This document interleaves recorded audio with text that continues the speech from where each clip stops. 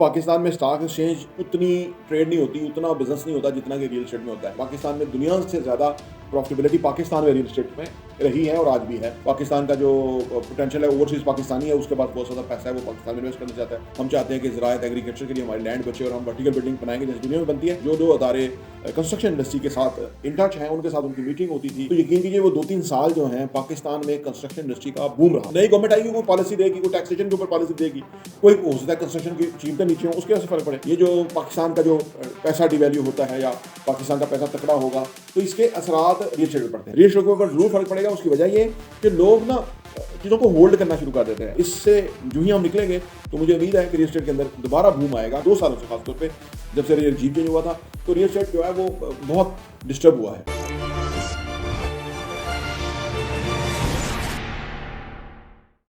Sir, जिस तरह stock exchange में कुछ ट्रिगर्स होते हैं जिसकी वजह से मार्केट में फ्लक्चुएशन आती है, मार्केट अप एंड डाउन होती है, मोस्टली न्यूज़ के बेसिस पे स्टॉक एक्सचेंज जो है ना वो रिएक्ट करती है। क्या रियल एस्टेट में भी इस तरह के ट्रिगर्स होते हैं कि जिसकी वजह से मार्केट अप डाउन हो?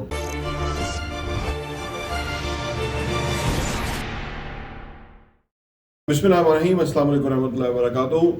देखिए जी, बिल्कुल पाकिस्तान में स्टॉक एक्सचेंज उतनी ट्रेड नहीं होती, उतना बिजनेस नहीं होता जितना कि रियल एस्टेट में होता है। उसकी वजह है कि real estate for the last 30-40 years लोगों का टाइम टेस्टेड इन्वेस्टमेंट का एरिया है। लोगों के पास इन्वेस्टमेंट पोर्टफोलियो है रियल एस्टेट के अंदर, उन्होंने बहुत ज़्यादा गेन किया है। पाकिस्तान में दुनिया से ज़्यादा प्रॉफिटेबिलिटी पाकिस्तान में रियल एस्टेट में रही है और आज भी है और हमेशा रहेगी। उसकी बेशुमार वजूहात हैं कि पाकिस्तान की पॉपुलेशन, पाकिस्तान की जो हाउसिंग नीड है वो बहुत है, पाकिस्तान का जो पोटेंशियल है ओवरसीज पाकिस्तानी है, उसके पास बहुत ज़्यादा पैसा है, वो पाकिस्तान में इन्वेस्ट करना चाहता है। पाकिस्तान के अंदर लोकल अगर कोई पैसा कमा ले तो वो रियल एस्टेट में इन्वेस्ट करना चाहता है, क्योंकि और किसी बिजनेस में इतनी प्रॉफिटेबिलिटी नहीं है और पीस ऑफ माइंड बहुत है कि आपने अगर चीज़ ले ली है तो अब आप वो खुद महंगी होती रहेगी और क्योंकि मार्केट फोर्सेस की वजह से, और आप अपना काम करते रहेंगे तो वो चलेगा। तो ये काफ़ी सारी रीजन है कि लोग रियल एस्टेट में इन्वेस्ट करते हैं। अच्छा, जो मार्केट जो स्टॉक एक्सचेंज की तरह बिल्कुल, बल्कि पाकिस्तान में जैसे अभी रिसेंट माजी में जब इमरान खान साहब ने वर्टिकल बिल्डिंग की बात की और उन्होंने फिक्स टैक्स रजीम लेकर आए और उन्होंने कहा कि भाई हम चाहते हैं कि ज़राअत एग्रीकल्चर के लिए हमारी लैंड बचे और हम वर्टिकल बिल्डिंग बनाएंगे जैसे दुनिया में बनती है, तो यकीन कीजिए वो 2-3 साल जो हैं पाकिस्तान में कंस्ट्रक्शन इंडस्ट्री का बूम रहा। पिछले कोई 70-72 सालों में उतनी कंस्ट्रक्शन नहीं हुई जितनी कि वो एकदम उन 3 सालों में हुई, जिसके आज भी उसकी कंटिन्यूटी जारी है।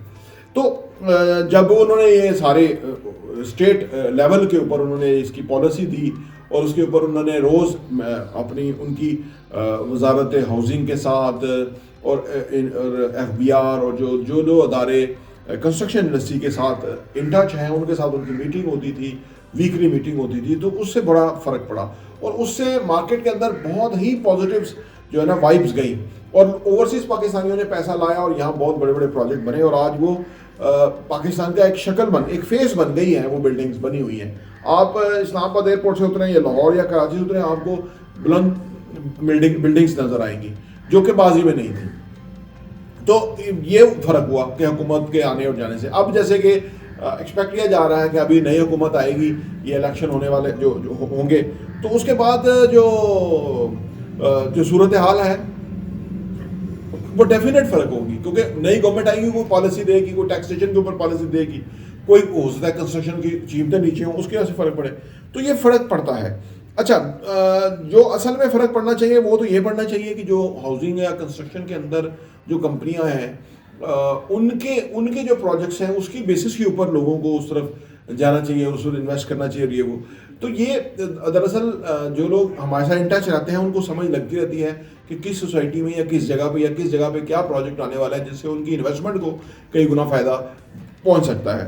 तो बिल्कुल एज स्टॉक एक्सचेंज तो नहीं, लेकिन ये जो मुल्की हालात हैं, ये जो पाकिस्तान का जो पैसा डिवैल्यू होता है या पाकिस्तान का पैसा तकड़ा होगा, तो इसके असरात रियल एस्टेट में पड़ते हैं। इसके अलावा लॉ एंड ऑर्डर के असरात रियल एस्टेट में पड़ते हैं।